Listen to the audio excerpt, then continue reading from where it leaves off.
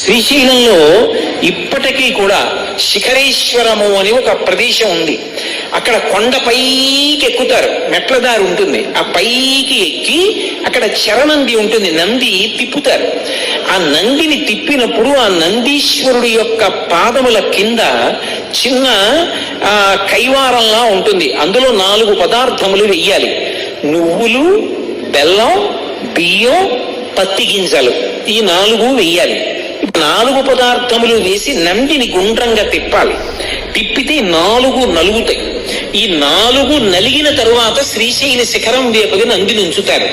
ఉంచి ఇందాక నేను చెప్పినట్టుగా చేతివేళ్లుంచి ఆయన పృష్ఠభాగాన్ని పట్టుకుని శ్రీశైల శిఖరం వంక చూస్తారు.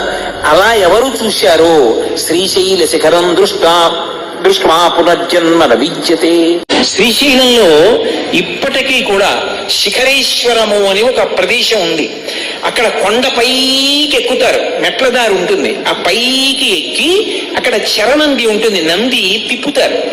ఆ నందిని తిప్పినప్పుడు ఆ నందీశ్వరుడి యొక్క పాదముల కింద చిన్న కైవారంలా ఉంటుంది. అందులో 4 పదార్థములు వెయ్యాలి.